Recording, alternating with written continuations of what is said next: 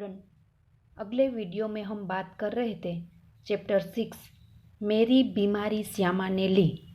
लेखक है हरिवंश राय बच्चन और श्यामा हरिवंश राय बच्चन की पहली पत्नी थी। बच्चन जी कहते हैं कि गांधी जी कहते थे कि बीमार होना एक अपराध है। बच्चन जी गांधी जी के इस कथन से सहमत थे। वे इसे एक अपराध मानते थे, इसलिए वे अपनी छोटी मोटी बीमारियों की परवाह नहीं करते थे। इन बीमारियों में वे और अधिक काम करते थे। बीमार होने के बावजूद वे स्कूल में पढ़ाने जाते थे, ट्यूशन और लेखन कार्य करते थे।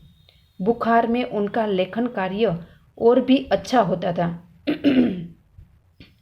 तब बच्चन जी को किपलिंग का एक उदाहरण याद आता है कि किपलिंग है वो अंग्रेज के सुप्रसिद्ध साहित्यकार ने अपने अनेक अच्छी कहानियां बुखार में लिखी थी। बच्चन जी ने भी दो चट्टानें आदि रचनाएं दांत की बीमारी प्लूरिसी यानी कि दांत की बीमारी में लिखी थी और सिद्ध कर दिया था कि मार से भूत भागे या न भागे, किंतु काम से बुखार अवश्य भाग जाता है। बच्चन जी कहते हैं कि श्यामा बीमार थी और बच्चन जी भी स्वस्थ नहीं थे। श्यामा का पीछा नहीं छोड़ रहा था, बीमारी श्यामा का पीछा नहीं छोड़ रही थी। शायद बच्चन जी की जीवा पर सरस्वती बैठी थी जब उन्होंने कहा था कि श्यामा का बुखार मैं लेना जा रहा हूँ। यह बात सच सिद्ध हुई, क्योंकि श्यामा स्वस्थ रहने लगी, किंतु इन्हें बीमार पति की चिंता खाए जा रही थी। पैसे के अभाव में बच्चन जी इलाज कराने में टाल देते थे। बच्चन जी को अपना इलाज न कराते देखकर श्यामा ने ब्रह्मास्त्र चलाया, यानी कि उसने जिद की कि जब तक आप डॉक्टर को नहीं दिखाओगे मैं खाना नहीं खाऊंगी। बच्चन जी को डॉक्टर के पास जाना पड़ा और डॉक्टर ने बताया कि उन्हें तपेदिक यानी कि क्षय टीबी हुआ है और बच्चन जी के पास इलाज के साधन नहीं थे। तब वह बच्चन जी सोचते हैं और डॉक्टर के बताया हुआ नुस्खा यानी कि ये उन्हें लिख दिया और वह चिंता मुक्त होकर वो नुस्खा जो वैद्य द्वारा बताया गया औषधि का नुस्खा उसका प्रयोग करने लगे। वो अपने आप को बात कर रहे थे कि क्या इतने ही दिन के लिए मैं आया था, इतना ही गाना गुनगुनाना था और इतना ही श्रम संघर्ष करना, इतना ही दुख सहन करना था। क्या मैंने अपनी भविष्यवाणी स्वयं कर दी थी? और सबसे बड़ी बात, उसको श्यामा के वैविध्य यानी कि क्या श्यामा के भाग्य में विधवापन लिखा है? यहाँ तक हमने देखा था। अब हम देखेंगे आगे। बच्चन जी कहते हैं कि मरने से मुझे डर नहीं था, वह मुझे कठिन भी नहीं लगा। कठिन लगा तो मरने से पहले जीना। पूरे आराम के अर्थ होंगे ट्यूशन छोड़ दूँ, स्कूल से छुट्टी ले लूँ, ज़्यादा लूँ तो बगैर तनख्वाह यानी कि वेतन, बगैर वेतन से कैसे चलेगा, फिर घर का खर्च कैसे चलेगा। शालिग्राम यानी कि बच्चन जी का छोटा भाई शालिग्राम ने अभी भी नौकरी ज्वाइन की है। केवल उनकी तनख्वाह, उनके वेतन पर घर नहीं चल सकता। कल क्या पता कल उनकी बदली हो जाए, तब वे एक पैसे भी घर नहीं भेजने की स्थिति में नहीं होंगे। तब महंगी महंगी दवाएं कहाँ से आएगी। किताब की आमदनी, जो किताब बेचते थे वो भी अनियमित और अनिश्चित था और कर्ज भी अदा करने को कम नहीं था। श्यामा ने मेरी बीमारी सुनी तो वो तुरंत चौंक गई और संभल भी गई। उसने पल भर में अनुभव कर लिया कि उसना घबराना वह सहन नहीं कर सकेगा। इस खबर से मेरे पिताजी को लकवासा मार गया यानी कि स्तब्ध इस खबर से तो मेरे माता पिता तो स्तब्ध ही हो गए। पिताजी धैर्यवान व्यक्ति थे। उन्होंने मुझसे कहा कि तुम घबराओ मत, हम घर बेचकर भी तुम्हारा इलाज करेंगे। सालिग्राम, बच्चन जी का छोटा भाई, वह असमर्थी एक ही उसास लेकर रह गया। उसास यानी कि निराशा सूचक। वह निराशा सूचक रह गए। मैंने कुछ दिनों के लिए ट्यूशन और स्कूल से छुट्टी ले ली। किताबें बेचना से कुछ रुपये पड़े थे। किताबों की बिक्री यानी कि किताब बेचकर जो कुछ रुपये पड़े थे, उनसे दवाएं मंगवा ली और चारपाई यानी कि खाट पर लेट गया। श्यामा की सेवा साकार हो गई। डॉक्टर ने निश्चिंत होकर आराम लेने के लिए कहा। जब बहुत कुछ करने को रहा था तो चिंता के लिए समय ही कहाँ था। अब तो चिंता ही चिंता करने को थी। विशेष चिंता, सबसे बड़ी चिंता तो मुझे यह सिर पर चढ़े कर्ज की थी। मेरा इलाज हो या न हो, पर कर्ज के किस्ते यानी कि हफ्ते, कर्ज के जो हफ्ते हैं वो तो जाने ही चाहिए। उसकी नियमित अदायगी यानी कि पैसा चुकाना, उसकी नियमित पैसा जो मेरा कर्ज को देना है, हफ्ते देने हैं, वो नियमित हो जाए। साख यानी कि जो मेरे नियमित साख यानी कि प्रतिष्ठा, मैं नियमित हफ्ते भर दूँ तो मेरी प्रतिष्ठा जुड़ी रहेगी। और मेरी प्रतिष्ठा एक बार चली गई तो जो प्रतिष्ठा जाए उसके पहले मेरी मौत हो जाए। श्यामा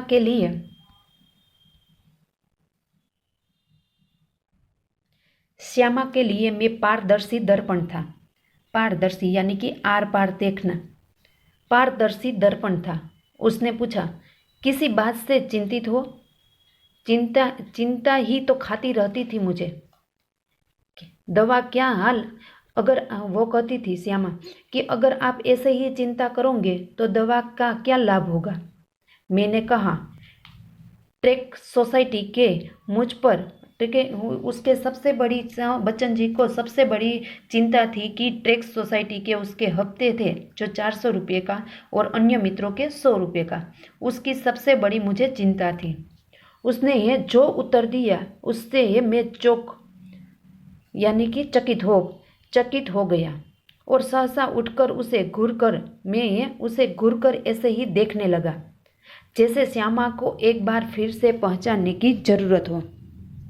उसने कहा था कि कर्ज तो मैं तुम्हारे, कि तुम, श्यामा कहती है बच्चन जी से कि तुम चिंता मत करो, कर्ज तो मैं तुम्हारे मरने के बाद भी उतार दूंगी, तुम उसकी चिंता छोड़ दो। मैं सोचने लगा, श्यामा ने अपने छाती पर पत्थर रखकर ये वाक्य कहा होगा। मुझे चिंता मुक्त रखने के लिए वह ऐसा कहती है। मरने के लिए जो मैं अपने आप को छोड़ दिया था वह मुझे एकदम गलत लगा। मुझे अपने लिए नहीं तो श्यामा के लिए जीने का संघर्ष करना चाहिए। श्यामा के लिए मैंने जीवन में कुछ नहीं किया और कभी कुछ करने का मौका ही नहीं मिला, योग्यता ही नहीं मिली। अब यदि मैं कोई ऐसी स्थिति ही में छोड़ जाऊं कि वह मेरे मरने पर मेरा कर्ज उतारने की चिंता करे तो मुझसा जघन्य यानी कि बहुत बुरा या मुझसे बहुत बुरा अपराधी कौन होगा। नहीं, मैं श्यामा के लिए चिंता नहीं छोड़ जाऊंगा, जीने का रास्ता खोजूंगा यानी कि ढूंढूंगा और जीने का रास्ता ढूंढूंगा। जी कर अपनी चिंताएं समाप्त करूंगा। एक रात, जैसे मेरे कानों में किसी ने कहा, एक रास्ता अब भी है। 15 दिन की इलाज में अपना बटुआ खाली हो गया। मैं कदापि नहीं चाहता था कि पिताजी घर को हाथ लगाए।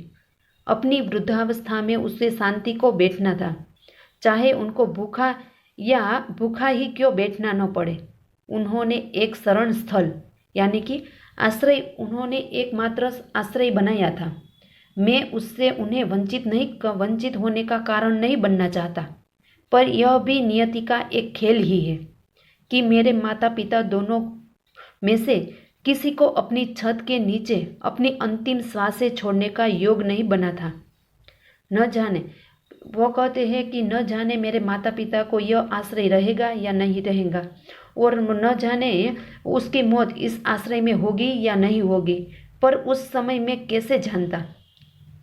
और एक दिन मुझे वह रास्ता दिखाई दिया जिस पर अपने बल पर चलकर मैं अपनी चिंताएं समाप्त कर सकता था। किसी के लिए मैं चिंताएं समाप्त करना चाहता हूँ। बच्चन जी कहते हैं कि विशेषकर श्यामा के लिए मैं कोई चिंता ये नहीं छोड़ूंगा। इस संकल्प से मुझे दृष्टि भी दी और बल भी दिया। उसने, बच्चन जी ने संकल्प कर दिया था कि मैं अब जीने का रास्ता खुद ढूंढूंगा और मेरी चिंता है वो समाप्त कर सकता हूँ, और किसी के लिए नहीं तो केवल श्यामा के लिए मैं अपनी चिंताएं छोड़ दूंगा। और इसके लिए मैंने जो संकल्प किया है वो मुझे दृष्टि भी दी, और संकल्प ने मुझे दृष्टि भी दी और बल भी दिया। मैंने डॉक्टर B.K. मुखर्जी के पास जाकर कहा, डॉक्टर साहब, आपका इलाज बहुत महंगा है, मेरे पास आपके इलाज के लिए पैसे नहीं। इसके पहले मैं कुछ कहूँ या न कहूँ या पूछूँ कोई, उन्होंने अपने बदनाम यानी कि क्रोधित स्वभाव से ये कहा कि पैसे नहीं है तो जाओ मरो।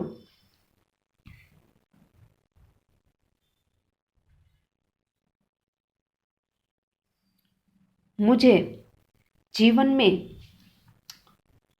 चुनौती यानी कि मुझे जीवन में ललकार से ही बल मिलता है।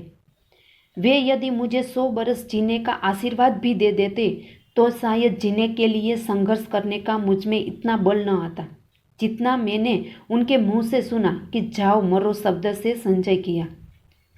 लड़कपन में मेरे पड़ोसी मुक्ता प्रसाद जी ने उसे लुई खूने पानी के इलाज से मुझे परिचित कराया। किसने? तो कि उसके पड़ोसी मुक्ता प्रसाद ने उसे लुई खूने के पानी के इलाज का उसे परिचय कराया। मेरी ऐसी बीमारी के लिए ठंडे पानी के टब में बैठकर स्वीट बाथ लेने का विधान दिया। एलोपैथी यानी कि वैज्ञानिक पद्धति टेक्नोलॉजी से क्षय के रोगों को दूध, घी, मक्खन, अंडा अधिक से अधिक दिया जाता था। खूने के इलाज में चिकना मना था। सिर्फ कच्ची सब्जियां, फल, भीगे चने, गेहूं आदि पर रहना था। न दवा पर कुछ खर्च और न खुराक पर कुछ खर्च। यही इलाज तो मेरी स्थिति के अनुकूल था। वो कहते हैं कि वो टेक्नोलॉजी वाला इलाज जो एलोपैथी उसके अच्छा है ये आयुर्वेदिक उपचार के जो गेहूँ, चने के जैसे कच्ची सब्जी है, फल है, भीगे गेहूँ है वो उसका नुस्खा उसको अनुकूल आएगा। B.K. मुखर्जी का नुस्खा फाड़ डाला और कुने का अनुसार स्वीट बात आरंभ किया। तदुपरांत खुराक आदि रखी। स्कूल भी जाने लगा। केवल रात वाली वो इस नुस्खे से लुई पानी के नुस्खे से उसने फिर से स्कूल जाने लगा और रात के ट्यूशन को छोड़ दी। उसका मुँह आवाज़ एक तरफ से किताबों की बिक्री से मिलता था। એટલે કે वो बच्चन जी कहते हैं कि रात की जो ट्यूशन थी उसकी आमदनी उसे किताब बेचने पर जो मिलती थी उतनी ही थी। श्यामा ने मेरा विरोध न किया। जीवन भर में जिस रास्ते पर भी चला उसने स्वस्तिक पंथा कहा और मेरे पीछे चली। मेरी स्नान चिकित्सा के संबंध में भी वह प्रतिदिन अपनी सेवा सहयोग देती रही।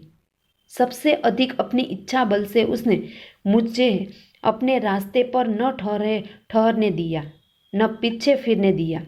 राह पकड़कर वह मेरे साथ ही चली, लेकिन अपने अडिग इच्छा बल से उसने जो सबसे बड़ा सहयोग दिया और जो सबसे बड़ा चमत्कार किया वह यह था कि जितने दिन मेरा इलाज चलता रहा, उसने अपने सारे रोगों को जैसे किल यानी कि स्थान से हटा देना, किल दिया यानी कि अपने स्थान से हटा दिया। उसकी बीमारी था उसे उसने नज़रअंदाज कर दिया और कभी एक उंगली दुखने का भी उसे शिकायत नहीं की।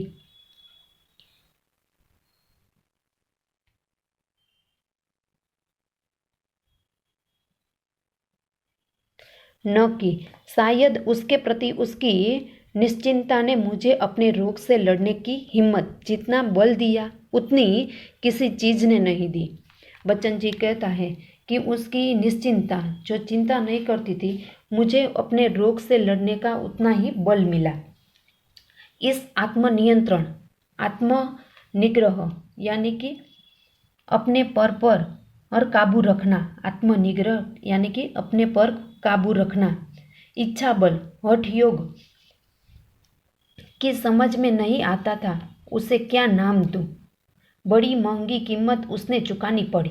अपने क्षय में पूर्णता मुक्त हो जिस दिन मैंने सामान्य भोजन किया, वो कहते हैं कि मैं किन शब्दों में ये श्यामा का धन्यवाद कहूँ। बच्चन जी कहते हैं कि उसने मेरी इतनी देखभाल रखी, अपने क्षय, अपने रोग में भी उसने पूर्णता मुझे मेरा साथ दिया। और जब 15 अप्रैल 1936 को ठीक उसी दिन वह चारपाई पर लेट गए। बच्चन जी कहते हैं कि जिस दिन मैंने सामान्य भोजन किया 15 अप्रैल 1936 को, उसी दिन ने श्यामा चारपाई यानी कि खाट पर गिरी और फिर कभी न उठी। 216 दिन बराबर रोग सैया पर पड़े रहने के बाद जो रोग वो बीमार थी, तब तक जब तक वह 216 दिन वह बीमार पड़ी रही, उसके बाद 17 नवंबर 1936 को उसने अपना शरीर छोड़ दिया। श्यामा के और अपने विवाहित जीवन के अंतिम 18 महीनों में मुझे और उसे दोनों को मौत के साथ संघर्ष करना पड़ा। मेरे संघर्ष में श्यामा ने अपनी इतनी आंतरिक मंगल कामना दी, इतनी शुभकामना दी, इतना सहयोग दिया, इतनी अपनी सेवा दी, इतना अपने को दिया, इतना अपनी ओर से मुझे चिंता विमुक्त रखा कि मैं उस संघर्ष में विजय हुआ। पर उसने संघर्ष में बहुत मैंने अपनी शुभकामनाओं दी, बहुत सहयोग दिया, बहुत सेवा दी, बहुत अपने को दिया, पर वह पराजित हो गई। संभवतः एक मोर्चे की कमजोरी से वह मेरे विषय के मृत्यु की अंतिम सांसों तक चिंता विमुक्त नहीं हो सकती। बच्चन जी कहते हैं कि जिस दिन बच्चन जी क्षय रोग से विमुक्त हुए, उसी दिन श्यामा ने खाट पकड़ी यानी कि खाट पर लेट गई और फिर वह कभी न उठी। उन्होंने अंतिम सांस तक बच्चन जी का ख्याल रखा। बच्चन जी का ख्याल था श्यामा ने मेरी बीमारी लेकर और मुझे निश्चिंत रखने में प्रयत्न में भारी कीमत चुकाई है। श्यामा जी सच्चे अर्थों में बच्चन जी की अर्धांगिनी थी। इस चैप्टर की PDF मैं आपको भेज दूंगी, जो आपको फेयरबुक में लिखनी है। Thank you.